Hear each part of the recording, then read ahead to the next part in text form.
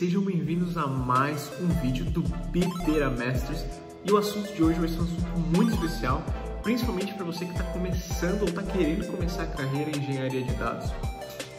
Foi um vídeo que eu achei muito necessário, antes de começar a trazer, ou aliás, antes de continuar trazendo coisas na prática, de coisas de engenharia de dados, pipelines e essas outras coisas, eu falei, cara, eu preciso pelo menos comentar sobre esse conceito, eu preciso dar a visão para o pessoal que está começando, porque eu quero que todo mundo esteja no mesmo nível, que todo mundo esteja ciente dos mesmos conceitos e da importância desses conceitos.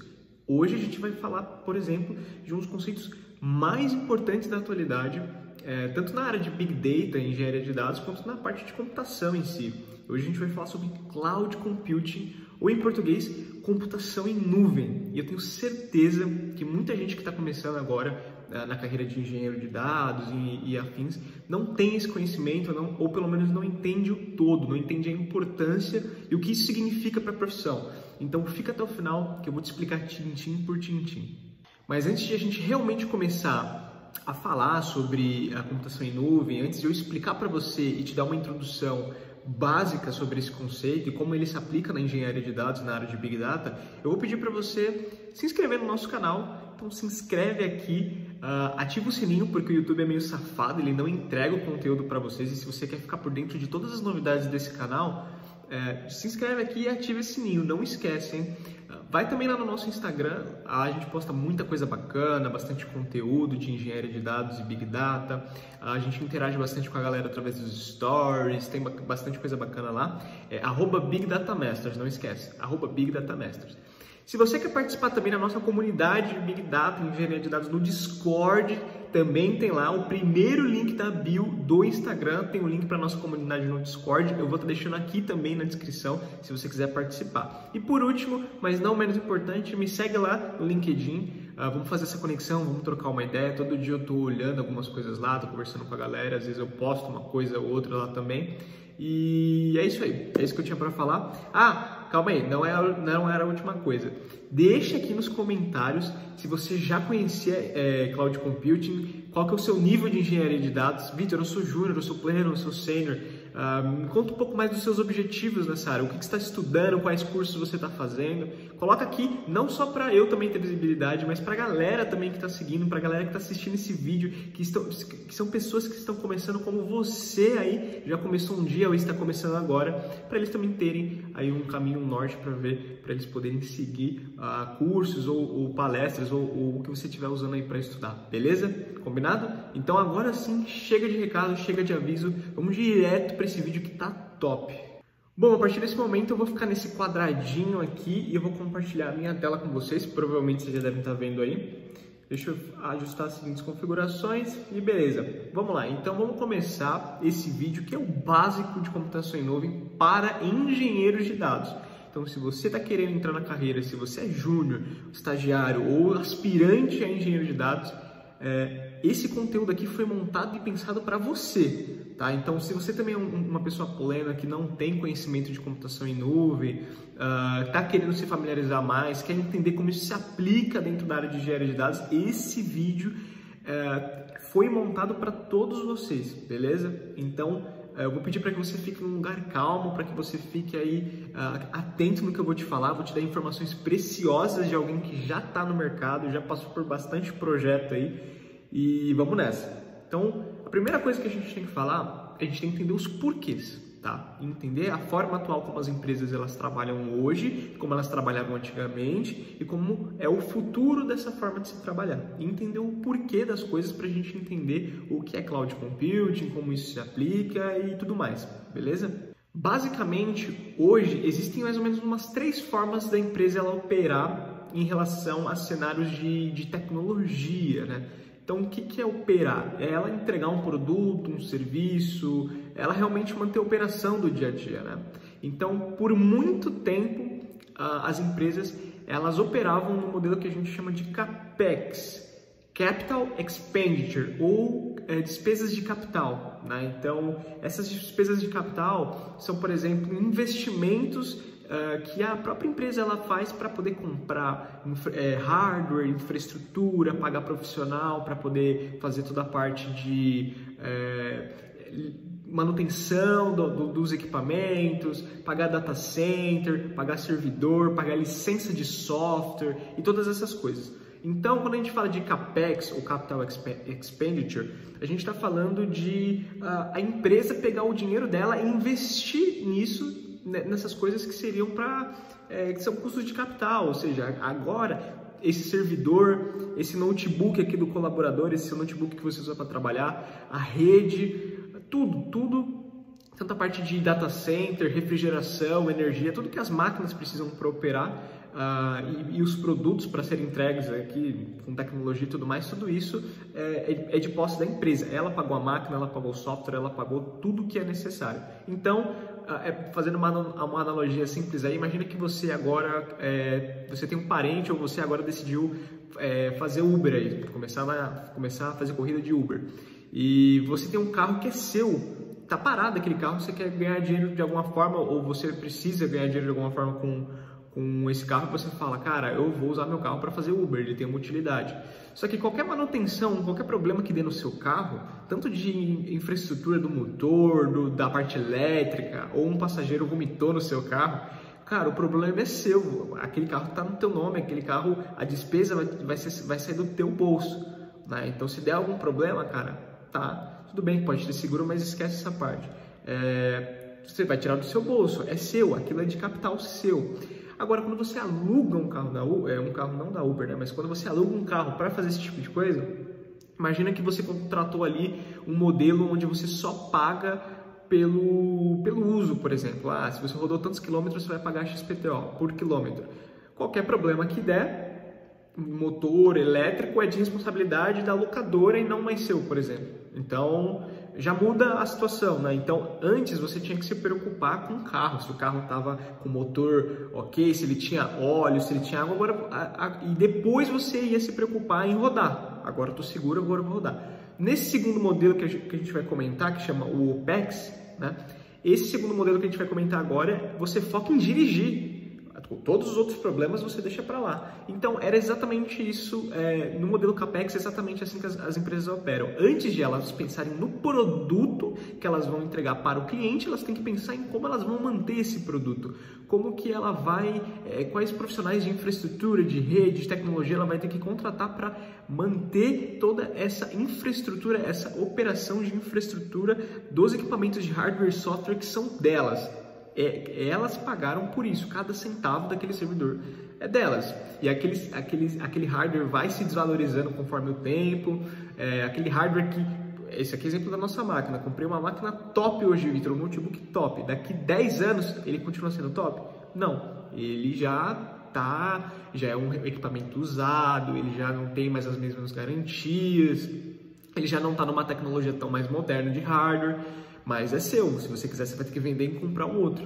A mesma coisa acontece com as empresas que operam no modelo CAPEX, que nós chamamos também, é muito conhecido como On-Premise. Então toda vez que você ouvir On-Premise, você tem que lembrar que aquilo é de propriedade da empresa, é o servidor local lá da empresa, é o data center da empresa, toda a parte de hardware e software é da empresa, beleza?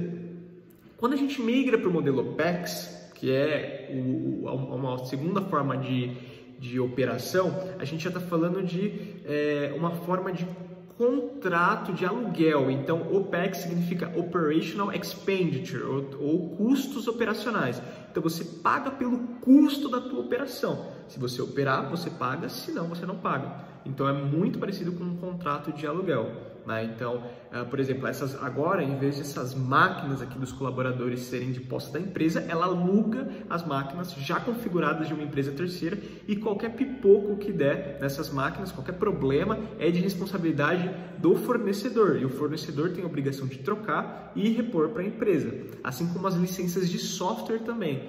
Então, o que acontece? Agora a empresa ela foca em operar, ela foca em entregar, construir o produto, não tem que se preocupar com coisas mais de baixo nível, com coisas mais de infraestrutura, de computação, esses outros tipos de coisa, né? Esse modelo OPEX já é um modelo conhecido como hoje de computação em nuvem. É como a computação em nuvem hoje funciona, a gente vai falar mais pra frente dela. Aí você pode me perguntar, Vitor, mas por que a empresa ela operaria no CAPEX ou no OPEX? Que cenário, que tipo de empresa qual o perfil das empresas que operam em cada tipo de modelo? Então, por exemplo, no modelo CAPEX, é interessante, por exemplo, para empresas onde ela tem que ter ciência, ela tem que ter exatidão de onde os dados estão sendo armazenados e como os dados estão sendo armazenados. Então, por exemplo, instituições bancárias, eu acredito, ou instituições onde você tem ali um alto grau de sigilo de informação, você tem que saber exatamente quais são os procedimentos, como aquele dado está sendo armazenado, se as devidas políticas de appliance de segurança estão sendo aplicadas. Então, cara, o degrau é mais embaixo, né? Não é só falar que nuvem é melhor e pronto. Não, o degrau é mais embaixo. Mas para empresas que são novas, empresas recentes, como startups, né, empresas pequenas que precisam provar um modelo de negócio, elas precisam testar um produto numa velocidade muito rápida, por causa do tempo de mercado, ela precisa já testar aquilo, receber um feedback e ir ajustando e já lançar aquele produto de forma com uma velocidade rápida. Para ela não fez nenhum sentido se preparar, comprar hardware, esperar 6 meses, 1 ano para fazer toda a configuração e depois começar a operar. Não, faz mais sentido alugar aquilo, testar a hipótese e então, se der certo ou não, ir para frente. Se não der certo, cancela o contrato, a partir do momento que parou de operar não tem mais custos e se continuar a operar, continuar pagando somente pelo uso. Se acabei de usar, não vou mais usar, não paga mais. Entendeu? Então, para esses tipos de cenário, para esses tipos de empresa, para esses tipos de cenários específicos, é que se utilizam um tipo ou outro de modo de operação. Bom, agora que você sabe já quais são as duas formas praticamente mais conhecidas de se operar no mundo das empresas, a gente vai falar realmente o que é Cloud Computing. Então, a partir desse momento, foca ao máximo aqui comigo e vem nessa jornada. Então, Vitor, o que é Cloud Computing? Então, eu até deixei aqui no slide, vamos dar uma olhadinha. Cloud Computing, ou computação em nuvem em português, é um modelo de prestação de serviço, prestação de serviço de computação sob demanda. Então, eu vou ter ali tudo que eu preciso relacionado à computação e infraestrutura sob demanda. Eu preciso, eu pago. Não preciso, não pago mais. Onde é possível provisionar recursos de infraestrutura ou aplicações de qualquer lugar através da internet pública e de maneira segura. Isso é extremamente importante, a gente vai comentar daqui a pouco. Além disso, esse modelo é totalmente sem barreiras de custo inicial, pagando somente pela capacidade e recursos utilizados. Ponto. Galera, por isso que a nuvem é muito interessante. Por quê? Primeiro, eu tenho a capacidade de alocar recursos conforme a minha demanda. Se hoje o meu negócio é pequeno, mas daqui 3 meses o meu negócio explode, eu não preciso ir renegociar as minhas máquinas, eu não preciso ir no data center lá para alugar um espaço maior. Perceba, antes de eu crescer minha operação, eu vou ter que fazer toda essa negociação da parte do on-premise para poder expandir. E uma vez que eu expandir, eu falo assim, caramba, eu acho que daqui a 1 ano eu vou ter que fazer de novo. Então o que eu vou fazer? Eu já vou expandir ao máximo. Eu vou comprar 20 mil máquinas. Eu vou comprar um teto que eu acho que eu vou precisar. Só que se você não precisar, você vai ter que pagar do mesmo jeito. No modelo de nuvem, não. Meu negócio cresceu, eu consigo escalar facilmente para onde eu preciso. Cresceu mais, escalo de novo. É fácil, muito, muito simples, muito fácil. Eu acesso de qualquer lugar do mundo. Então, o que acontece? Eu estando aqui em casa, ou estando na sua casa, ou estando em outro país, se eu tiver acesso à internet, eu consigo acessar os meus recursos, a minha infraestrutura computacional de qualquer forma. Então, isso é extremamente interessante. A minha infraestrutura não depende de onde eu estou. Tem também a questão da segurança, que agora a parte de hardware, como posso dizer, a parte de configuração de cabeamento de rede, a parte mais low level mesmo, configuração de data center, HD, hardware, fica na mão das provedoras, como a Microsoft, Amazon e Google, e isso não depende mais da gente. E eles aplicam políticas severas de segurança, então controle de acesso ao data center, não é qualquer pessoa que acessa as máquinas, não é qualquer pessoa que consegue acesso à infraestrutura da onde essas máquinas estão armazenadas. Você também tem uma alta garantia de compliance, então ali eles implementam diversos protocolos de segurança requeridos e aprovados hoje mundialmente, ou seja, você não precisa de um time de infraestrutura, aliás, para provar, para implementar todas as regras de compliance da área que a sua empresa vai atuar. Você verifica o seu provedor e ele garante para você que ele implementa aqueles protocolos de compliance. Né? Então, cara, isso para você, para as empresas, isso é muito interessante. Sem upfront costs, pay as you go. O que é upfront? Tá? Então, é custo inicial. Por que custo inicial, Victor? A nuvem, ela não tem custo inicial. Você cria a sua conta na nuvem e a partir do momento, você só paga a partir do momento que você provisionar um recurso, como um banco de dados, máquina virtual ou qualquer outro tipo de coisa. Provisionou, está pagando. Deletou o recurso, não está sendo mais cobrado. Diferentemente do modelo on-premise, que você precisa alugar espaço físico do data center, precisa contratar toda a parte do cabeamento de rede, de infraestrutura. Você precisa investir inicialmente em recursos computacionais e equipe e depois você começa a gerar valor. Então você tem um custo inicial de toda essa parte de capital de custos. Você tem essa parte para você poder realmente começar a gerar o teu negócio, você precisa investir inicialmente em tecnologia. Você precisa ser detentor disso, entendeu? Você precisa ter esse espaço onde você vai trabalhar. Na nuvem já não é assim. Na nuvem você paga pelo que você consome, não está consumindo, não pagou, e isso é extremamente interessante para as empresas. E aí entra num ponto muito interessante. Victor, por que considerar cloud? Bom, vamos dar um exemplo aqui prático nosso, que eu tenho certeza que a maioria de vocês viveu isso na pele, e eu vou fazer uma analogia com as empresas, né? Então imagina aqui que você tem um celular, isso aqui é meu celular, e ao longo dos anos, cara, os celulares foram ficando melhores. A sua foto antes, ela tinha kilobytes, era uma foto super pequena. Agora você tira foto com iPhone, com os top de linha da Samsung, a foto é 5 mega.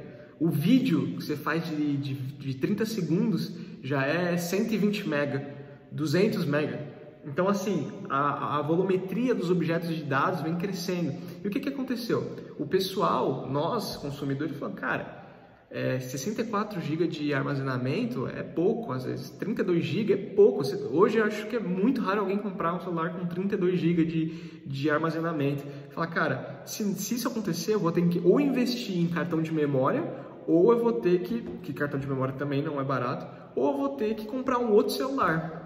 E aí o que as pessoas começaram a fazer? Cara, tem que ter alguma forma de eu armazenar essas informações do meu celular em algum outro local que possa ser escalável infinitamente e seja barato. O que a gente fez? A gente começou a usar a Google Drive.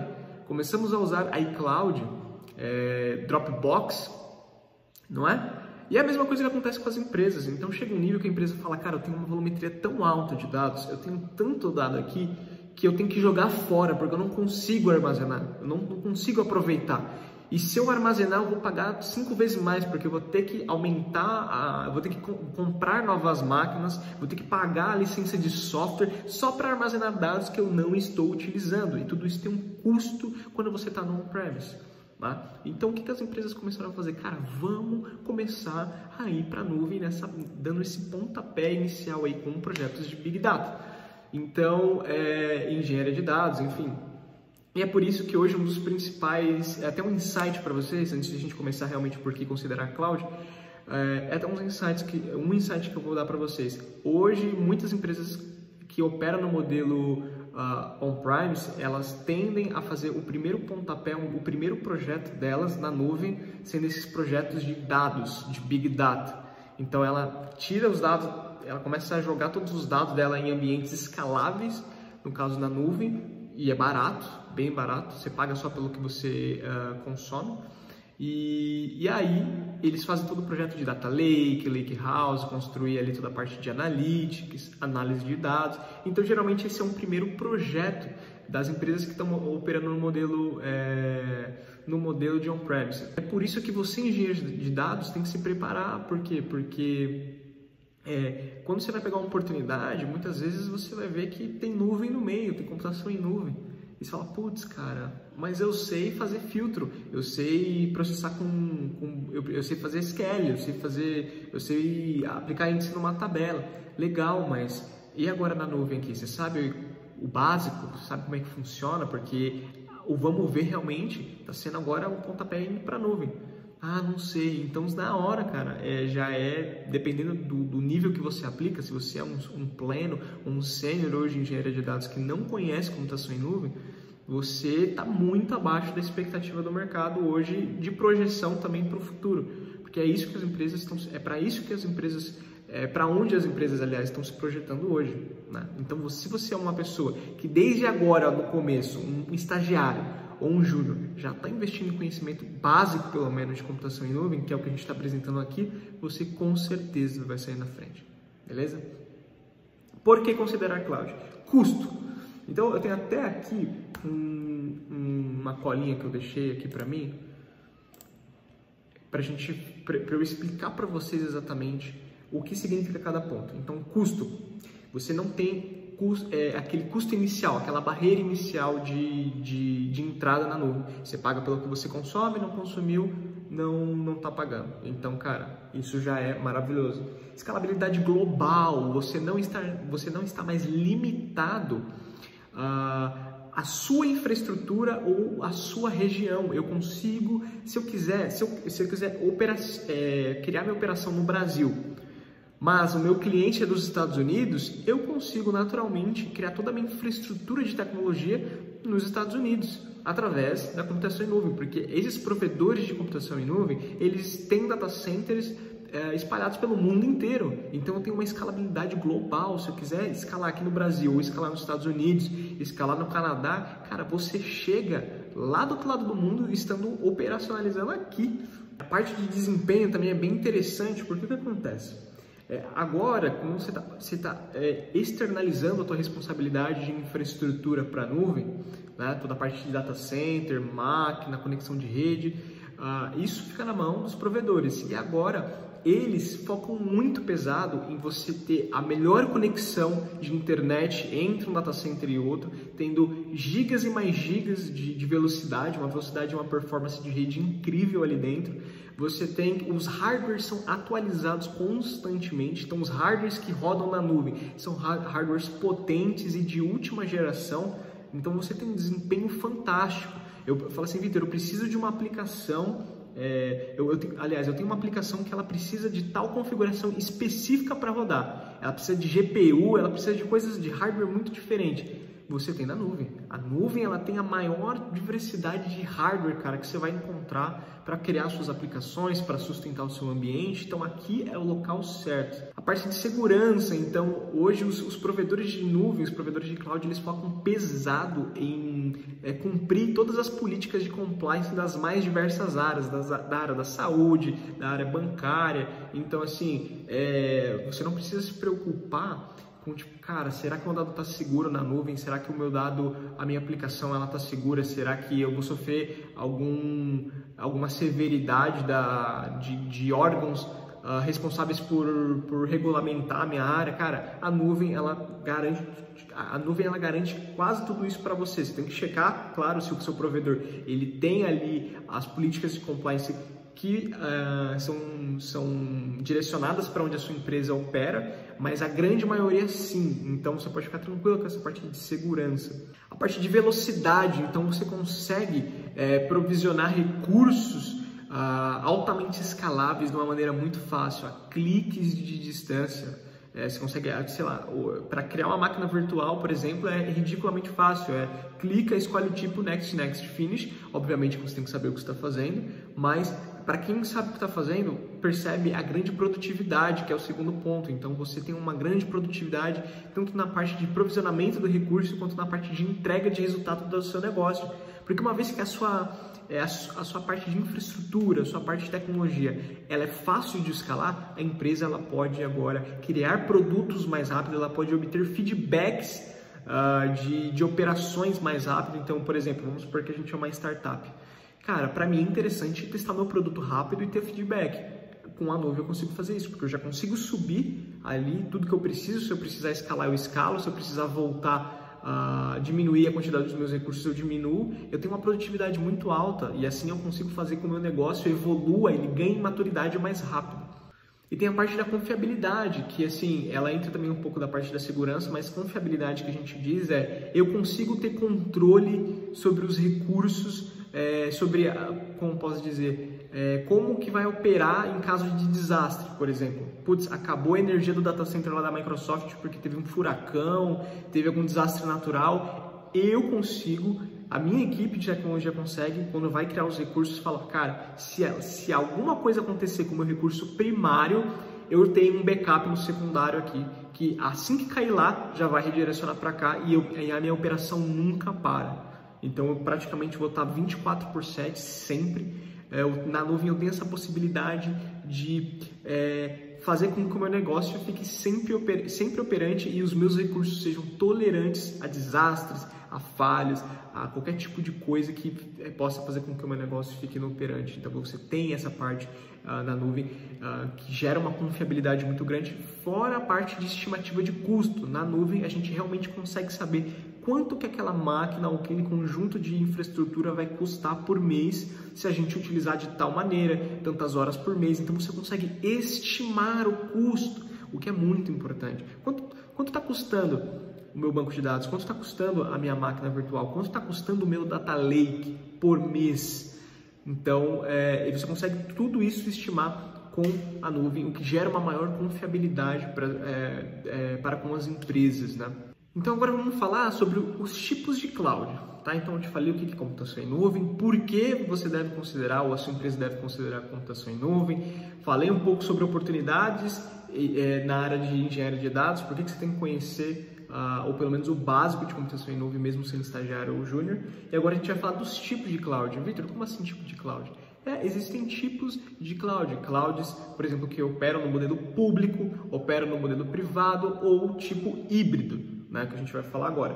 Então a cloud pública, eu até tenho aqui um desenho depois que eu vou mostrar para vocês. A cloud pública, ela é aquela cloud que você pode acessar de qualquer lugar. Tá? Você pode acessar através da internet pública, todo mundo tem acesso aos recursos, não quer dizer que qualquer pessoa do mundo tem acesso aos seus recursos, não é isso, tá? Mas você pode ter acesso, ou as pessoas que têm a devida permissão da sua organização conseguem acessar de qualquer lugar do mundo também, desde que você tenha configurado tudo bonitinho ali, para que ninguém da sua organização sem permissão possa acessar, mas você pode acessar de qualquer outro lugar, tá? Não tem uma restrição quanto à localidade. Você tem a cloud privada, e essa cloud privada, ela pode ser uma cloud privada dentro da nuvem, dentro das provedoras de nuvem, desculpa, ou uma cloud privada que a sua empresa construiu através de uma infraestrutura on-premise. Né? Então, assim, o que caracteriza a cloud? É computação sob demanda. Então, você consegue fazer isso também dentro de uma infraestrutura on-premise, né? Então você consegue subir esses caras sob demanda, você tem que fazer uma certa parte de operação, você precisa mudar como você opera dentro do seu on-premise, né? Mas você consegue fazer isso também. Só que o que acontece? Por que é privado? Porque somente um grupo específico consegue utilizar esses recursos, somente certa parte da tua organização ou organizações específicas conseguem acessar os recursos, não é todo mundo que consegue acessar. Por exemplo, se aqui na Microsoft, a Microsoft ela tem regiões no mundo onde para fazer o deploy em um data center específico, não é qualquer empresa que pode fazer, são só empresas do governo ou empresas que têm um escopo muito específico que pode provisionar ali. Então já não é uma parte pública, é a parte privada, entendeu? Assim você também tem no on-premise. No on-premise você pode mudar a forma como você opera, e quando você vai acessar esses recursos é somente uma parte da tua empresa ou da tua organização, pensando em matriz e filial, somente uma parte pode acessar aqueles recursos, pode gerenciar, uma coisa mais fechada, privada. Não é todo mundo que tem acesso. Beleza? Não estou falando de acesso da empresa, estou falando globalmente falando. Né? Não é todo mundo que consegue provisionar coisas ali, não é qualquer organização. E a gente tem a parte da cloud híbrida, que é um modelo onde você tem tanto a parte da cloud privada na sua operação, quanto na parte da pública. Então a privada, por exemplo, você tem aplicações muito importantes rodando ali, como é o modelo de muitas empresas, você tem a parte importante rodando ali no on-premise e você acaba jogando, por exemplo, a parte de Big Data para a nuvem. Então você opera com o seu core, o que é mais importante para você na questão de negócio no on-premise, e na parte de geração de relatório, machine learning, você está operando na nuvem. Então você na nuvem pública da Azure, né? Então você tem ali essa divisão, esse meio a meio, onde você tem a parte híbrida, a parte privada e a parte pública. É importante lembrar que a cloud privada ou cloud corporativa, como também é chamada, ela é dividido em dois praticamente. O hosted, onde você implementa isso, onde você, aliás, tem acesso a isso dentro de um provedor, no caso da Microsoft, ou, por exemplo, que nem eu comentei, dessa parte de área, a regiões específicas serem relacionadas a somente empresas ou instituições do governo, ou você também pode ter a segunda opção, que é o on-premise, que é realmente isso na tua infraestrutura local, no teu data center, nas máquinas que a tua empresa pagou, beleza? E é importante comentar que é o seguinte, por que também isso é interessante muitas vezes para as empresas ter um modelo privado? Porque na nuvem, muitas vezes, para você ter esse baixo custo, as máquinas na nuvem geralmente são compartilhadas, entende? Então você tem um servidor gigante na nuvem e dentro desse servidor você tem várias máquinas virtualizadas que servem diversas organizações diferentes, por isso o custo é tão baixo. Porque se o servidor fosse somente da tua empresa, se só tua empresa estivesse usando aquele servidorzão, o custo ia ser tão caro quanto montar no on-premise. Mas como na nuvem esses recursos são compartilhados, por isso que o custo-benefício sai muito melhor. Só que tem empresas que muitas vezes elas precisam garantir que as aplicações dela estão rodando em um hardware assim, não um hardware único, mas um hardware totalmente isolado, que nenhuma outra empresa precisa garantir que nada mais está rodando, nenhum outro fluxo, nenhuma outra empresa tem acesso, não que eu consiga ter acesso ao fluxo de outra empresa na nuvem, não é isso. Quer dizer, o que eu estou querendo dizer é o seguinte, na nuvem você tem uma máquina grande lá que ela é compartilhada, ela é isolada para os clientes, nenhum cliente consegue ver a operação do outro, mas é uma máquina compartilhada, entende? Então tem empresa que precisa garantir que isso não aconteça, por isso que também às vezes o modelo privado é interessante ou é o único jeito para uma aplicação específica ou enfim. Mas é legal você saber que existem esses três tipos de cloud. Então aqui é um desenho da cloud híbrida, por exemplo, você tem aqui o on-premise, esse aqui no caso é da Microsoft, o exemplo. Você tem aqui o on-premise e você tem também a parte da cloud e elas estão interligadas, você tem o mesmo controle de acesso, então o mesmo controle de acesso que serve para o on-premise, a mesma governança e gestão de identidade. Então o mesmo login e senha que eu uso no on-premise, ele também está sincronizado com a nuvem, então você consegue juntar uma coisa com a outra, não fica duas coisas totalmente separadas. Beleza, vamos falar então um pouco do tipo de modelo de oferta. E fica comigo até o final, porque depois a gente vai subir, a gente vai fazer um exemplo aqui na prática, a gente vai subir um banco de dados junto, beleza?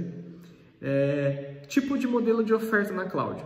Então, é comum que quando você vai começar a utilizar a cloud, você precisa se perguntar, esse serviço que eu estou usando do meu provedor de nuvem, qual tipo de modelo ele é? Por quê? Como assim qual tipo de modelo, Victor? Porque dependendo do modelo, dependendo do tipo do serviço, o suporte é diferente, a garantia da Microsoft é diferente. Então, por exemplo, a Microsoft ela tem o que a gente chama de SLA. Eu estou falando da Microsoft porque é o exemplo que a gente vai fazer, mas pode ser a Amazon, pode ser a Google, enfim. A gente tem o que chama de SLA, Service Level Agreement. Então, ela fala, cara, se o que eu estou provendo para você aqui, o banco de dados, ele ficar mais do que X horas inativas por mês, você vai receber o dinheiro de volta ou você vai receber um desconto na tua fatura. Porque a Microsoft ou os outros provedores dizem, eu garanto que esse serviço aqui, ele fica rodando 99,99999% das vezes ele vai estar de pé quando você pedir ele. Mas pode acontecer de ele cair por algum desastre. Se ele ficar mais do que X tempo fora, eu vou dar o seu dinheiro de volta ou você vai receber um desconto na tua fatura, por exemplo.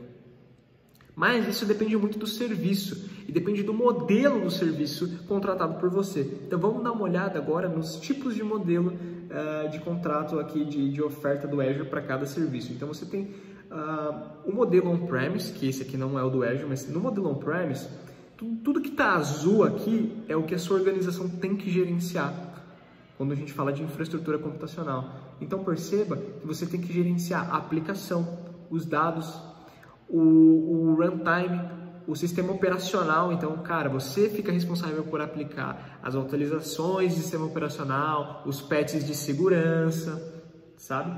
A virtualização também, você precisa saber qual virtualizador você vai usar e tudo mais. O servidor físico, onde isso está hospedado, você tem que gerenciar a parte de armazenamento, de rede. Então perceba que você tem que fazer tudo. É aquilo que a gente comentou no começo do modelo CAPEX. Você se preocupa com tudo antes de começar realmente a operar. Quando você vai para a nuvem, agora esses três aqui, eles já são na nuvem. Quando você contrata, por exemplo, uma máquina virtual, essa máquina virtual, ela está no modelo de Infrastructure as a Service, também conhecido como IaaS. Infrastructure as a Service, então é infraestrutura como serviço. Então você está contratando o serviço de infraestrutura do provedor. E nesse serviço de infraestrutura, por exemplo, como máquina virtual, você gerencia a tua aplicação que está rodando lá dentro, você é responsável pelos dados que você coloca lá dentro, pelo runtime, pela camada de middleware, pelo sistema operacional. Então aqui no IaaS você também fica responsável pelos patches de segurança, por instalar pacotes de dependência para sua aplicação. Então, cara, eu preciso do Python 3 instalado aqui no meu Ubuntu. Você é responsável por instalar. Só que aqui no IaaS, a nuvem, ela só fica responsável pela parte de virtualização, servidor, garantir lá a segurança do servidor, garantir a parte de armazenamento e networking, que você não precisa se preocupar qual que é o disco que vai estar rodando o seu sistema operacional, a parte de cabeamento de rede, se é o cabo A, cabo B, se está conectado, não está conectado, sabe? Isso aí você não precisa se preocupar, isso tudo a Microsoft gerencia para você.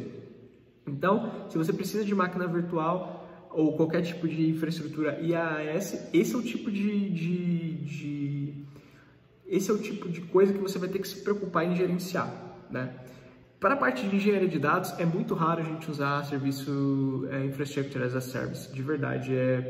Eu não me lembro uma vez que eu precisei usar, assim, se não for para testar, instalar alguma coisa assim de teste, mas é muito raro, porque geralmente a gente usa serviço, que é o próximo que a gente vai comentar, que é o Platform as a Service, ou o próprio serviço Software as a Service, que eu também vou comentar depois.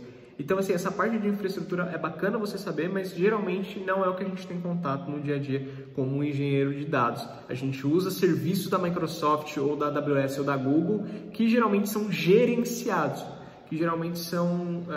você não precisa se preocupar com esse nível de detalhe de sistema operacional e nada. Você foca no dado, você foca em entregar analítico, em processar, você não precisa se preocupar com escalabilidade, esse tipo de coisa. Então... geralmente a gente não usa muito na engenharia de dados a parte de IaaS. Mas é importantíssimo saber que existe. Algum dia você vai se deparar com isso aqui, pode ter certeza. Mas não, no começo, pelo menos, não é tão frequente quanto esses outros dois que eu vou comentar agora. Então, indo para o próximo, é o Platform as a Service, ou PaaS, ou conhecido como PaaS. Tá? Então, é plataforma como serviço. Então, por que plataforma? Porque agora você não precisa se preocupar com coisas de sistema operacional, middleware e o runtime que você precisava se preocupar na parte de infraestrutura. Exemplo, banco de dados. Vamos lá, banco de dados. Se você já subiu um MySQL ou um Postgres na tua máquina, você sabe que você tem que se preocupar com a porta que ele está subindo, com o sistema operacional. Então, instalar isso no Windows, instalar isso no Ubuntu é diferente. É totalmente diferente. Então, a forma de se instalar, o pacote que você tem que instalar, então, assim, é diferente, né? Então, na nuvem, a Microsoft ela já cuida disso para você. Você não precisa saber se está rodando no Ubuntu ou no Windows da vida, por exemplo. Apesar de que, com certeza, não deve estar rodando no Windows, eu acho, tá? Mas, enfim, você não precisa se preocupar com atualização de sistema operacional. Putz, cara, eu preciso atualizar o meu sistema operacional. Isso já é feito para você. Ah, preciso mudar a configuração do meu banco. Eu preciso falar para o meu banco que ele só aceita conexões vindo dessa faixa de IP.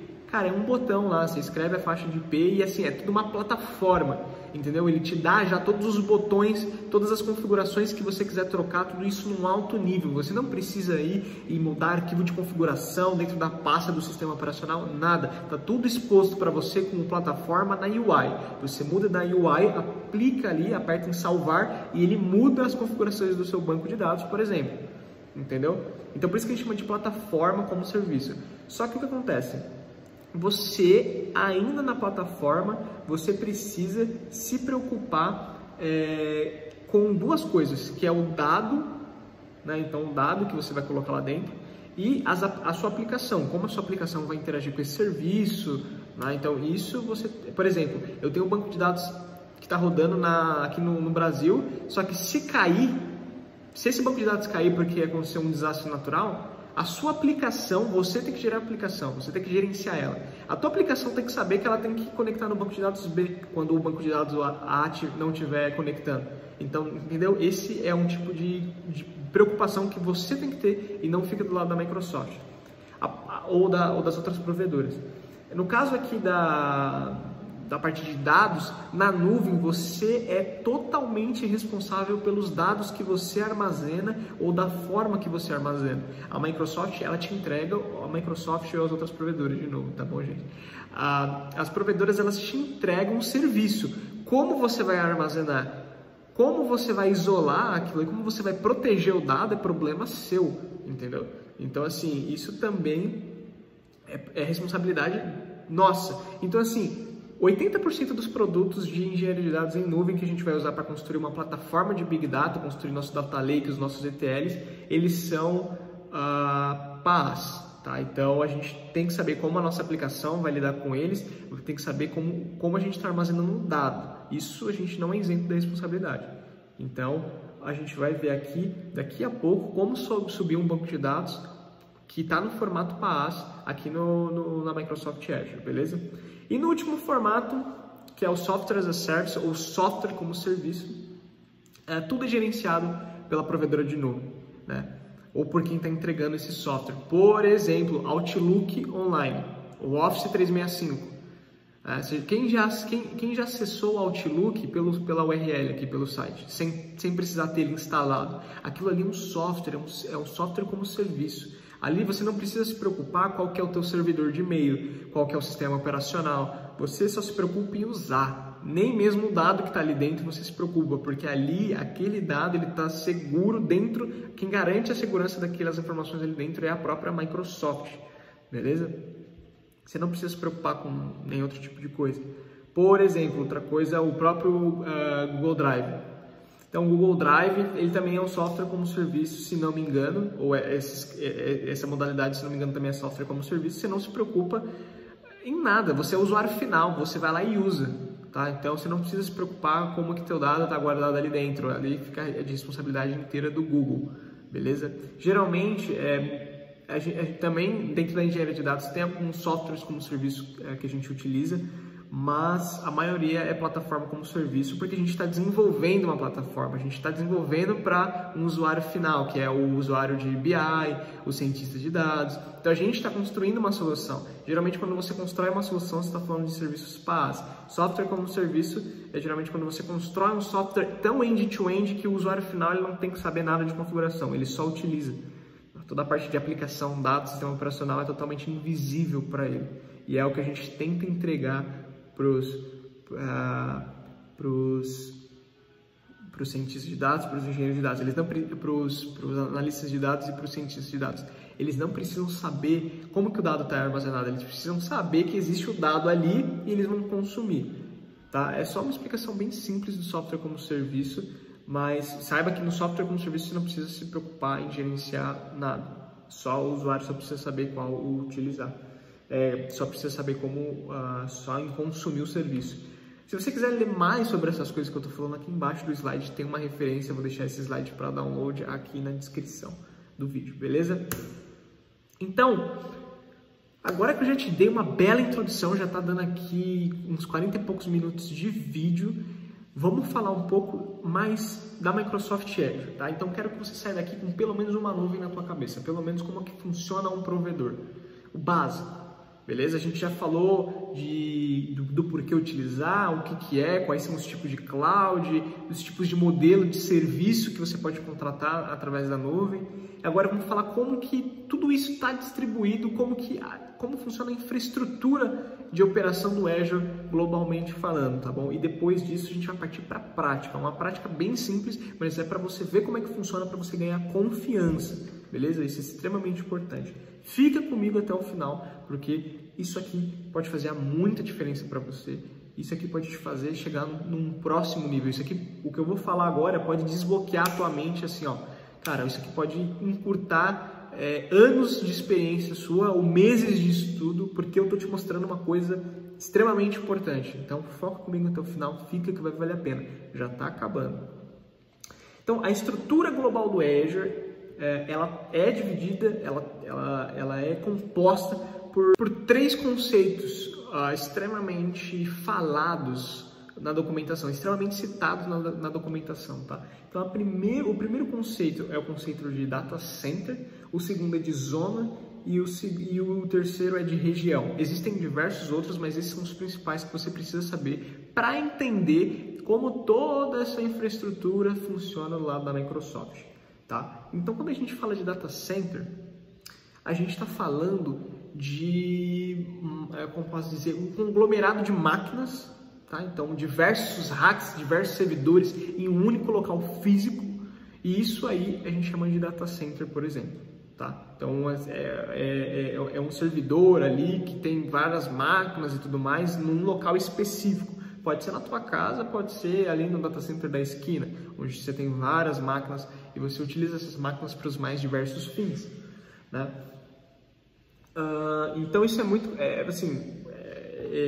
vamos supor, se o data center cair, ferrou, você perdeu seus dados, você perdeu suas aplicações que estavam rodando ali, é uma forma, como posso dizer, não muito segura de redundância, tanto de dados quanto de aplicação, mas beleza. Quando a gente fala de zona, tá? Quando a gente fala de zona, a zona é um conceito diferente. A zona é um ou mais data centers na mesma região, por exemplo, cara, aqui em São Paulo, aqui na região de São Paulo, na Zona Sul, por exemplo. Então, na Zona Sul você tem vários data centers espalhados, mas não juntos. Eles estão um pouco mais espaçados um do outro. Tem, sei lá, cara, 100 km de distância, 200 km de distância um do outro. Estou chutando aqui uma quilometragem. E cada data center, cada zona, a zona, ela é um conjunto de data centers. Então, tem vários data centers na mesma região aqui. Por exemplo, a região sul da região de São Paulo, ali num ponto específico. Aí, ainda assim, na região da Zona Sul, eu tenho... depois ali de 50 quilômetros eu tenho mais uma outra zona com vários data centers lá dentro, e depois eu tenho uma terceira zona também em um outro lugar a mais 50 quilômetros de distância, que tem mais X data centers dentro dessa zona. O que diferenciam as zonas? Cada zona tem capacidade de energia totalmente independente. Então, se uma zona cair aqui na região Zona Sul de São Paulo, as outras duas estão de pé, ainda na região da Zona Sul. Então ela tem energia e refrigeramento independente, fazendo com que essas zonas elas não dependam do mesmo provedor de energia elétrica, aumentando a chance da tua aplicação, do teu negócio continuar de pé caso uma delas falhe, entende?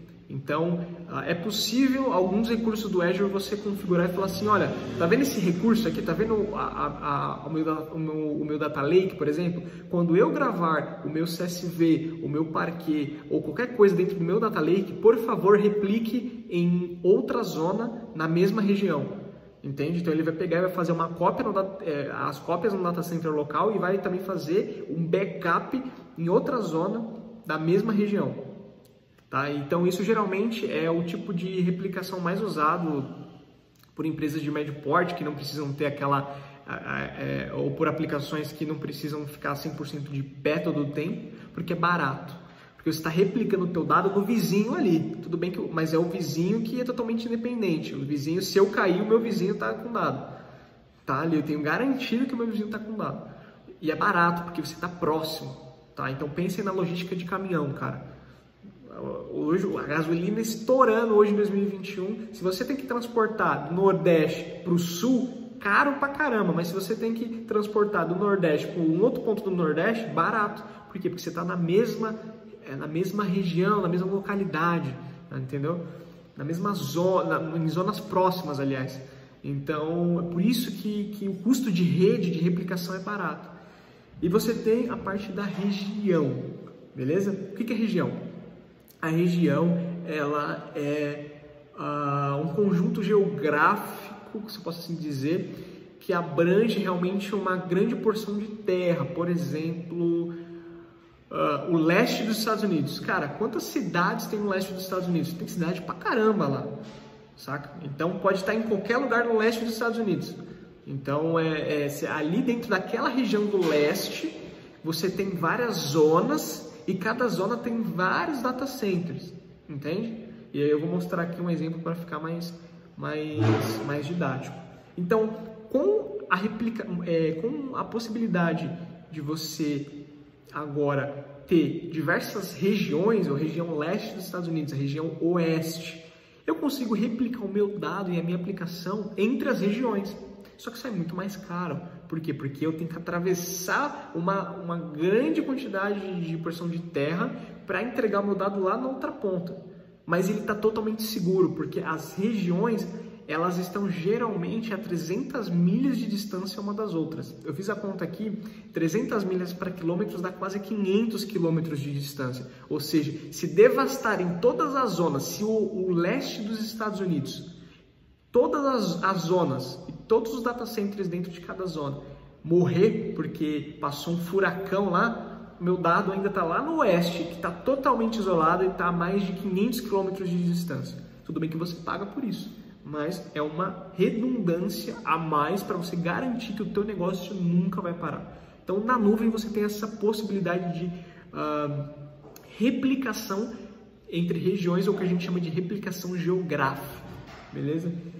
Aqui tem um site da Microsoft muito bacana, que é o Azure Infrastructure Map, e eu vou compartilhar aqui com vocês agora, onde você pode ver isso globalmente. Então, continua olhando minha tela aqui. Esse mapinha aqui, ele é o mapa global de todas as regiões do Azure fornecidas até hoje. Então, aqui você pode dar uma olhada, você clica aqui nos filtros e você vê que a bolinha azul claro são as regiões, tá? Então, vamos dar uma olhada nas regiões aqui. Você tem a parte de network e tudo mais, mas o que interessa mais pra gente é a parte de network. Desculpa, de região. Então, aqui ele fala, ó, tem uma região no Brasil, que é a região do Sul. Então, ele fala aqui, ó, os dados são replicados nos Estados Unidos. Se eu quiser uma replicação entre regiões, uma replicação geográfica, o dado que está no Brasil, por ele só ter uma região, não tem como ele mandar para outra região, a região Nordeste. Não tem, porque o Azure só tem uma região no Brasil. Então ele vai replicar isso nos Estados Unidos. Tem um custo isso, com certeza. Mas ele fala aqui quantas zonas de disponibilidade eu tenho, que são as zonas que eu comentei. Então ele tem 3. Então ele tem 3 zonas dentro dessa região, da região sul. Olha que bacana. Vamos aqui para os Estados Unidos. Olha quanto, gente. Olha quanto a gente tem aqui na parte de cima da América. Então, vamos dar uma olhada aqui, ó. Leste dos Estados Unidos. Então ele fala, foi criado em 2014 com 3 zonas de disponibilidade. Vamos dar uma olhada aqui, ó, no leste 2. Então dentro do leste ele tem uma outra região que está a mais de 500 km de distância dessa região leste 1, né? E também tem 3 zonas de disponibilidade. Está explicando certinho aqui. Tentando, ó, Global Compliance. Você quer descobrir se aquela região que você vai subir o teu recurso, ela é compliance com a área de atuação da tua empresa? Tá aqui, ó. Ó, todas as ISOs, a RIPA, GDPR, você pode olhar aqui se ele é compliance ou não, beleza? Por que compliance ou não? Porque tem região que você tem que garantir que o teu dado está replicado X número de vezes naquela região. Você precisa ter, aliás, desculpa, você precisa ter às vezes uma parte no mundo, aqui no Brasil, tem compliance que fala assim, cara, o meu dado ele tem que ter pelo menos, ele tem que estar armazenado em pelo menos em 2 regiões diferentes no mesmo país. Cara, o Brasil já tá fora, por quê? Porque ele só tem uma região no mesmo país. Se a gente olhar aqui outros países, aqui mais nessa parte aqui, o que a gente tem? Ó, a gente tem outros países, outras regiões, outras coisas que estão por vir, ó, no Catar, enfim. Aqui dá para ver legal toda a parte global do Azure, né? E assim por diante. Então é um site bem bacana aí, se você quiser dar uma olhada. Bom, só dando um gosto aqui, a gente já está terminando. Como isso funciona mais ou menos, essa replicação que eu comentei, né? Para você entender bem o conceito de região, zona e essa parte de infraestrutura do Azure. Eu subo o meu Data Lake. Meu Data Lake ele fica numa região primária, então sul do Brasil. E eu tenho uma região secundária, que é os Estados Unidos. Que ele acabou de mostrar que o Brasil ele replica o dado nos Estados Unidos. Se você quiser, isso tudo é configurável. Então, se minha região primária cair, eu tenho a região secundária ainda para atender o dado da minha organização. Então, se está lá o cientista de dados fazendo consulta no meu Data Lake, se o meu Data Lake primário no Brasil cai, ele consegue apontar para o secundário. E com as devidas configurações, o meu cientista de dados ou a minha equipe de BI não vai sentir nada, porque esses dados eles já foram replicados. O que eu não consigo fazer muitas vezes é receber novos dados, porque a minha região primária parou e a região secundária só tem backup, só tem leitura. Mas isso aí é coisa mais avançada, mas é só para vocês entenderem como funciona mais ou menos. Aqui, por exemplo, uma replicação entre zonas quando você tem seu Data Lake, por exemplo. Vamos lá, tem meu Data Lake na nuvem, no Azure, e eu escrevo o meu CSV lá. O que vai acontecer se eu tiver uma replicação local no Data Center? Ele vai fazer 3 cópias do mesmo dado, do mesmo CSV, no mesmo Data Center. Mas, se eu escolher um nível de replicação a nível de zona, Zone Redundant Storage, que é o ZRS, o que ele vai fazer? Ele vai fazer uma cópia do dado na minha zona 1, que é a zona principal, vai fazer em paralelo o backup na zona 2, uma cópia, e na zona 3, uma outra cópia. Isso tudo na mesma região. Então, na zona sul aqui de São Paulo, onde está a zona, entendeu? Então, por exemplo, é isso. Então, se a zona ali, uma das zonas da zona sul caiu, tem 2 zonas ainda nessa região, na zona sul, nessa região do Brasil aqui. Beleza? Então, é mais ou menos assim que funcionaria a parte da replicação. Tem a parte geográfica também, a replicação entre região, mas esse eu não coloquei aqui para não complicar. Bom, finalizando aqui, e a gente vai começar a fazer agora a parte prática, vamos falar só como que funciona a parte de estrutura do Azure no seguinte sentido, de modelo de oferta. O Azure ele tem que te cobrar de alguma forma. Você não vai sair subindo coisa. Como é que ele cobra de você? Entende? Como é que você organiza os recursos lá dentro? Então tem uma hierarquia lógica dentro do Azure que não é mais a parte de infraestrutura. Agora a gente está falando da parte realmente de operação dentro da plataforma do Azure. Então como é que funciona? Você tem os Management Groups, e esse aqui eles são um pouco mais chatos de entender. Então geralmente a gente começa a partir do nível da subscrição, mas eu vou explicar o que é um Management Group. O Management Group nada mais é do que um nível raiz. Você pode ter vários, então dentro de um Management Group você pode ter vários outros e assim por diante. E esses Management Groups você consegue aplicar políticas de compliance dentro de um Management Group específico, e ele é propagado para toda a hierarquia. O que é toda a hierarquia, Victor? Grupo a sua subscrição, que eu vou comentar o que é, os seus resource groups, que eu também vou comentar o que é, até chegar no seu recurso. Por exemplo, Victor, eu vou criar aqui um Management Group de Dev Prod, de desenvolvimento e produção, e tudo que é dentro de desenvolvimento, eu vou aplicar, todos os objetos que estão dentro daqui, eu vou aplicar uma política que eles não podem subir recursos na nuvem se não for no leste dos Estados Unidos. Então isso é propagado para toda a cadeia. Não importa se eu criar uma subscription, que eu vou falar o que é, se eu criar um outro resource group, ou se eu criar ou qualquer outro recurso na nuvem que estiver debaixo desse management group, só vai poder subir se estiver na região que eu definir, tá? Então, assim, ele é um nível macro onde você organiza. Você pode organizar por ambiente, DevProd, você pode organizar se você tiver matriz e filial, você tem a estrutura da empresa matriz e várias filiais, você pode criar a matriz e a filial. E dentro do management group da filial, você tem todas as subscrições, os resource groups e os recursos para aquela filial específica. Você isola das outras. Então, é legal você ler, tá aqui o link para você continuar lendo. A subscription, ela é um modelo de oferta de como você vai operar no Azure e como que o Azure vai cobrar de você. Então, por exemplo, eu vou mostrar para vocês daqui a pouco qual que é o modelo de oferta que eu tenho, mas você tem vários. Você tem um modelo de oferta Pay as you go, tá? Então, o que é isso? É Pay as you go e pague conforme você consome. Você bota o seu cartão de crédito lá e conforme você vai subindo os recursos, a Microsoft vai cobrando de você através desse modelo de oferta. Você tem o Azure Sponsorship, que é uma subscrição, uma assinatura, como se fosse uma assinatura de Netflix, por exemplo. Você paga mensalmente. Esse Azure Sponsorship é um tipo de assinatura que a Microsoft te patrocina. Ela te dá crédito para usar. Então isso não sai do teu cartão de crédito. Isso sai da quantidade de crédito que ela te deu nessa assinatura. E as assinaturas funcionam de forma diferente, mas no fundo você só consegue subir um recurso, um banco de dados, um data lake, uma máquina virtual, se esse recurso estiver atrelado a um método de assinatura, a uma subscription. Vocês vão ver daqui a pouco.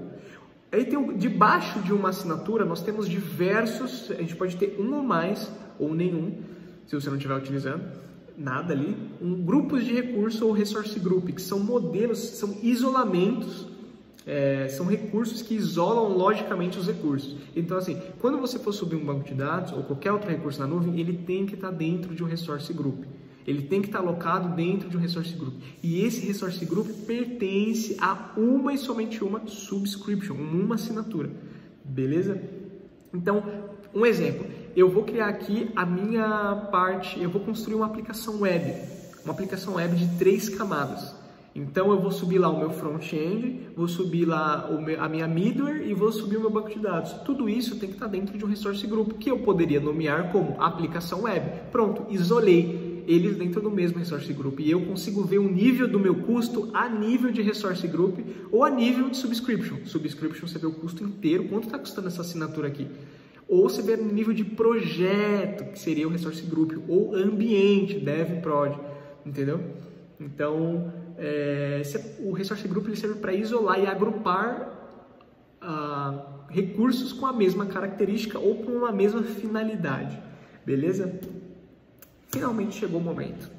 Finalmente chegou o momento onde a gente vai subir, a gente vai criar uma conta na Microsoft do zero e subir o primeiro banco de dados na nuvem. Cara, eu tô muito feliz que você chegou até aqui, eu tô muito ansioso para fazer isso com você. Eu imagino o quanto de valor está sendo gerado para você agora, o quanto que isso pode estar mudando a tua carreira, o quanto isso pode estar te dando direcionamento. Fica até o final, vamos fazer isso junto, vamos subir esse recurso aqui na nuvem. Eu tenho certeza que vai ser uma coisa bem bacana para você, uma experiência maravilhosa. Então vamos lá. Eu vou deixar aqui no link da descrição o site onde você pode criar a tua conta na Microsoft, que é o azure.microsoft.com/free, que praticamente é para você criar uma assinatura do zero no Azure, uma conta gratuita. Aliás, toda conta no Azure é gratuita, mas é onde você vai ter um trial, um gostinho aí de usar Azure de maneira quase que limitada durante um mês. Durante um mês a Microsoft ela vai te dar $200, que dá mais ou menos hoje uns... quanto que dá uns $200 hoje? Dá uns 1.000 e pouquinho, vezes 5, né? Dá uns 1.000 e pouquinho reais para você utilizar em 30 dias e mesmo que depois desse crédito expirar, ela continua dando desconto em vários recursos até 1 ano de utilização dessa conta, beleza? Então vamos dar uma olhada aqui, ó. Depois que o seu crédito continua obtendo serviços gratuitos, então você tem máquina virtual de graça, claro que não é qualquer uma, né? Você tem que observar aqui que ele fala, ó, 750 horas de máquina virtual com capacidade de intermitência B1S. Então, a máquina virtual do tipo B1S Linux, ele vai te dar de graça durante 750 horas por mês. Você vai poder utilizar 750 horas por mês dessa máquina e eles não vão te cobrar nada. Você tem isso para banco de dados. Então, ó, se você utilizar uma instância de banco de dados do Azure, 250 GB com o Tier S0, você não paga nada durante 12 meses. Então, durante 1 ano, ele não vai te cobrar nada por você ter subido esse recurso, né? Então, assim, você tem vários outros aqui. Você pode clicar nesse botão do lado para conferir todos os serviços e qual que é a faixa gratuita para cada um desses serviços e até quando a Microsoft te dá, né? Alguns ela te dá por 1 ano, outros ela te dá para sempre. Para sempre, isso aqui vai ser gratuito para você. Então, cara, é muito interessante mesmo. Dá para aprender muita coisa aqui sem tirar dinheiro do bolso de verdade. Então, para começar, a gente vai clicar aqui, ó, início gratuito. Clicando aqui em início gratuito, ele vai pedir algumas informações pra gente. Então, aqui você vai colocar a tua conta, teu login e senha, da tua conta da Microsoft mesmo, do seu Outlook, do seu Hotmail. E ele vai me pedir a minha senha aqui. Então, vou colocar aqui. Opa, errei a senha.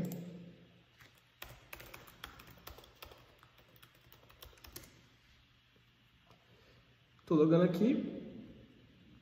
Eu não sei se ele vai deixar essa conta, porque essa conta aqui, ela já passou por um trial.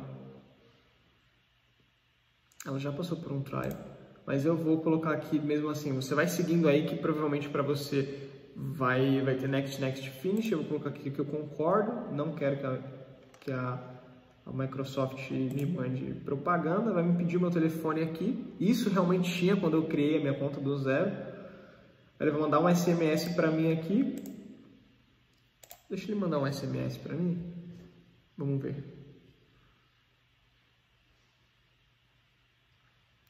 Chegou aqui. O código é 233774. Vou verificar meu código. Ele vai me pedir meu cartão de crédito. Então esse aqui é um cartão que eu já tenho, mas você pode colocar uma nova forma. Então, eu vou usar o que eu já tenho. E aqui você pode escolher o tipo de suporte do Azure. Então, o Azure tem suporte. Uma das coisas que o pessoal gosta muito é que você, nos provedores de nuvem, que você pode contratar um tipo de suporte que vai te atender 24/7, que você vai ter um especialista do seu lado para quando as coisas derem ruim ali, mas isso é pago, com certeza, né?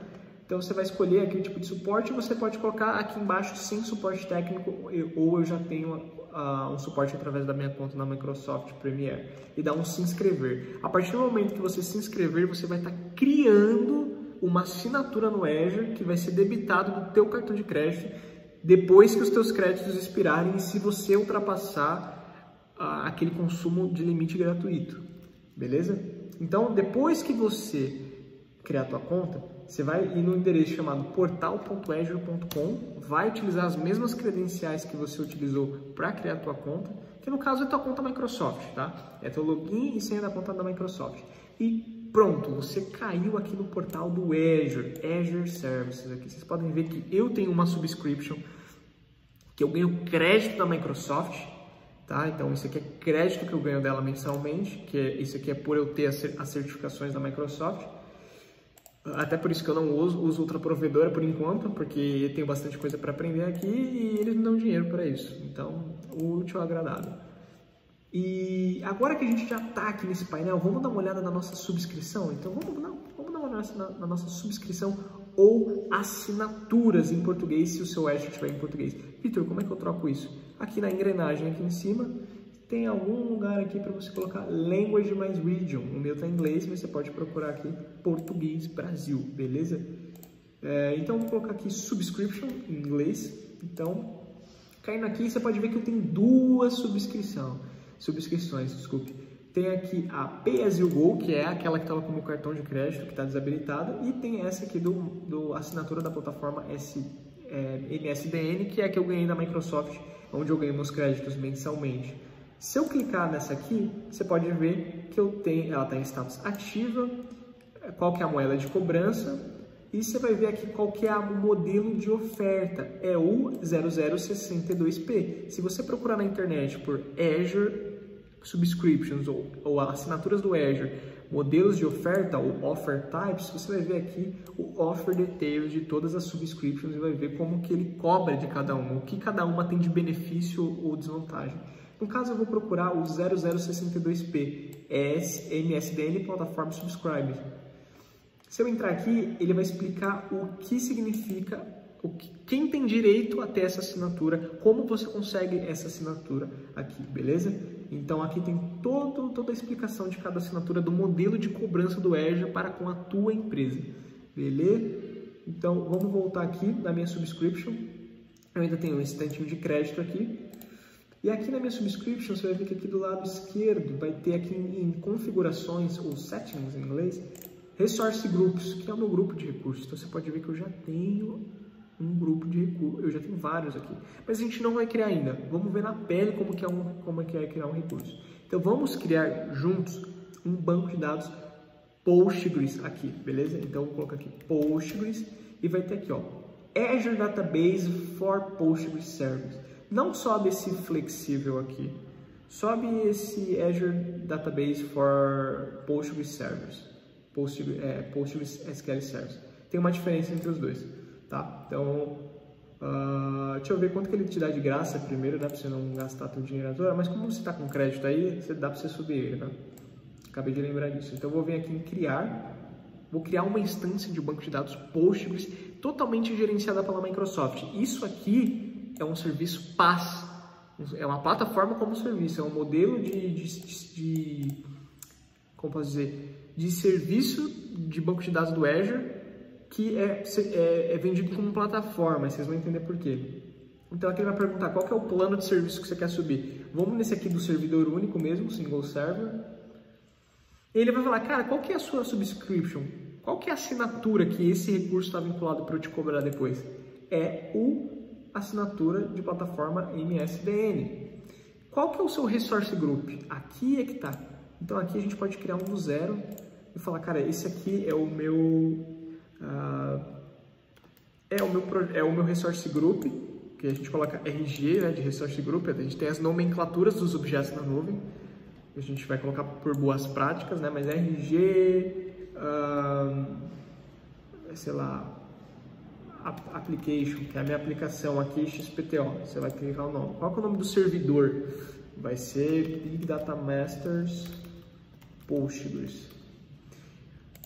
Você vai falar se você vai subir esse banco a partir de um backup ou não, vou falar que não. Qual que é a localização desse banco? Então, eu estando no Brasil, ou subir ele no leste dos Estados Unidos. 2, por exemplo. Qual que é a versão do meu Postgres? Eu tenho todas essas versões aqui. Qual que é a configuração do meu servidor? Então, eu não vou subir essas daqui, porque são mais caras, mas ó, eu posso escolher a quantidade de vCore, eu posso escolher a quantidade de storage, eu posso escolher a retenção, o período de retenção de período do meu backup. Eu posso escolher se ele é local redundant, ou seja, se a replicação dele é local, que nem eu mostrei para vocês, ou se ele é shell redundante, ou seja, ele vai fazer uma replicação em outra região, lá nos Estados Unidos, por exemplo. E aqui você vê o custo, né? Tá dando R$4.000, mas não é isso que a gente vai subir. Você também tem o otimizado para memória, tá? Que aí já é para fluxos que você precisa ter bastante transação, blá blá blá. A gente vai escolher o Basic, que é o mais barato e o mais simples. A gente vai colocar aqui um vCore, coloca no mínimo, tá? 5 GB, não vai permitir que o storage cresça, porque ele cresce, né? Se você armazenar mais do que 5 GB aqui de storage, ele vai crescer, ele vai expandir automaticamente. Então eu não vou deixar ele expandir e vou deixar que o período de backup dele Nossa, ele está dando um custo muito bizarro aqui, mas eu tenho certeza que está errado. Deixa eu ver aqui.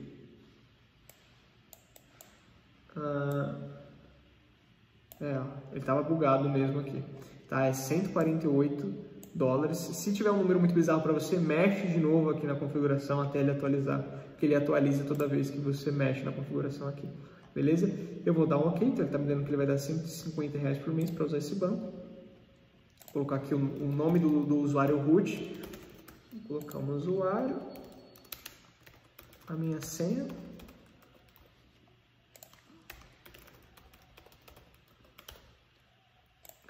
coisas adicionais, vai perguntar se eu quero encriptografar algumas coisas.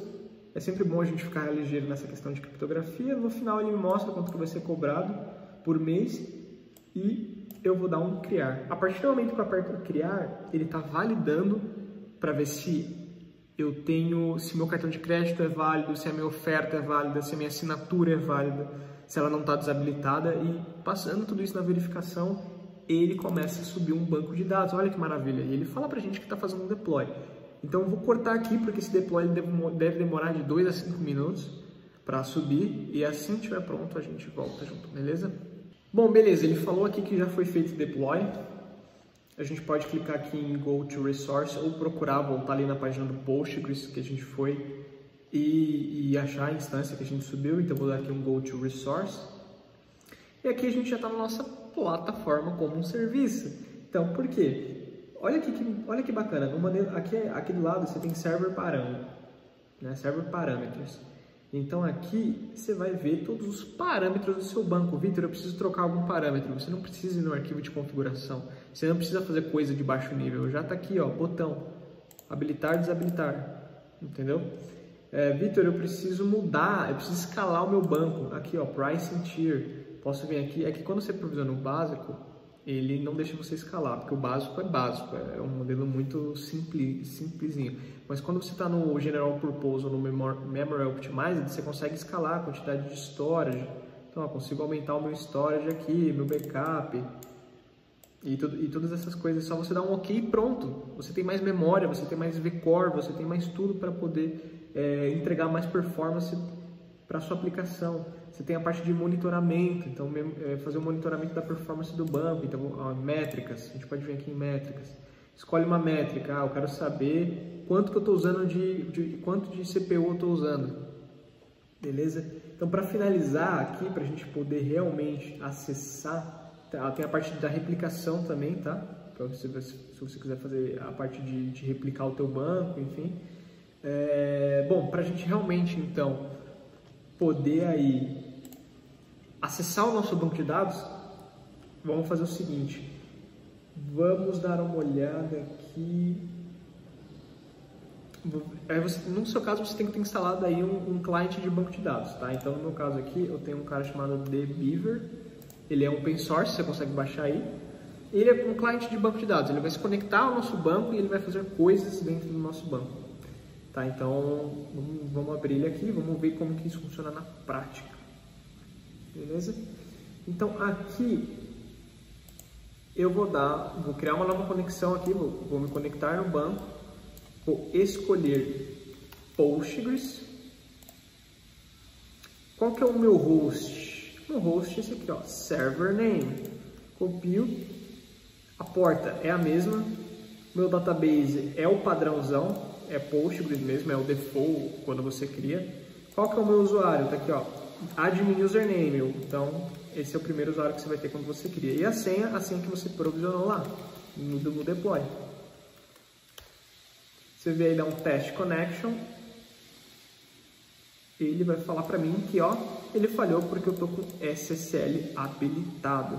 Tá? Primeiro que o meu IP não tem autorização para acessar esse cara e eu tô com SSL habilitado, que é uma camada de segurança acima. O que a gente vai fazer? A gente vai vir em conexão e segurança. Nós vamos adicionar o nosso IP, então por padrão ninguém consegue acessar ele. Vamos adicionar o nosso IP e vamos desabilitar o SSL Connection apenas para a gente poder conectar no nosso banco. Mas em produção não recomendo você fazer isso, porque isso desabilita a camada de segurança, de comunicação entre a sua aplicação e o banco. Tá? Isso não é criptografado mais. Então por isso que isso é um puta tiro no pé. Mas para a gente testar aqui e brincar, não tem problema. Então olha que engraçado, olha que interessante. Eu adicionei um IP na camada de rede e desabilitei a configuração de SSL com 2 cliques, com o terceiro eu salvei e pronto. Daqui uns 20 segundos, praticamente, já vou ter o meu banco no estado atualizado. Olha que bacana. Então ele vai atualizar aqui essa parte de conexão de rede e firewall. Se eu vier aqui e já dar um teste de connection, vamos ver se ele mudou. Ó, já mudou, consegui me conectar. Então vou dar um finish aqui. Vamos dar uma olhada no que tem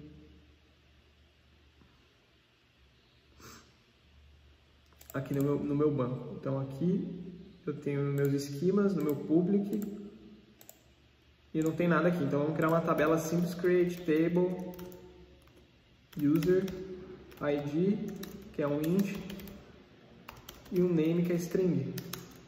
Aqui não é string, né? Aqui acho que é varchar. Varchar 10. E aqui a gente vai escolher o nosso Postgres para executar. Ó, E se eu der, eu acho que ele já executou aqui. Se eu der um refresh, deixa eu ver se ele executou mesmo. User info, acho que é o nome da tabela que ele está enchendo o saco aqui. E aqui ele criou. Então, se a gente vier aqui no public e dar um refresh, já tem o user info aqui, a nossa tabela. Se eu der um view data, não tem nada nele aqui.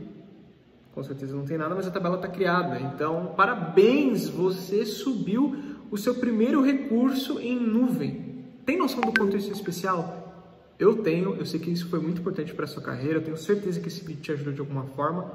E, cara, se isso aqui te ajudou de alguma forma, se isso aqui te contribuiu de alguma forma, eu vou pedir para que você deixe o seu like, comenta aqui embaixo se foi proveitoso para você, compartilhe esse vídeo no teu LinkedIn para chegar nos teus amigos, compartilha com a tua rede, porque eu tenho certeza que mais pessoas precisam ter acesso, mais engenheiros de dados ou mais aspirantes a engenheiros de dados precisam ter acesso a esse conteúdo. Beleza? Então, galera, vou me despedindo aqui. Eu espero que vocês tenham gostado realmente do nosso conteúdo. Não se esqueça de nos seguir em todas as redes sociais e dar um apoio pra gente, porque realmente é trabalhoso de fazer os vídeos, é trabalhoso de editar, é trabalhoso de trazer esse conteúdo para vocês, mas a gente acredita que a gente está transformando pessoas e carreiras. Então, dá aquela força pra gente continuar produzindo conteúdo top para vocês. Beleza? Eu, Vitor, vou me despedindo aqui de vocês. Até a próxima. Tchau, tchau.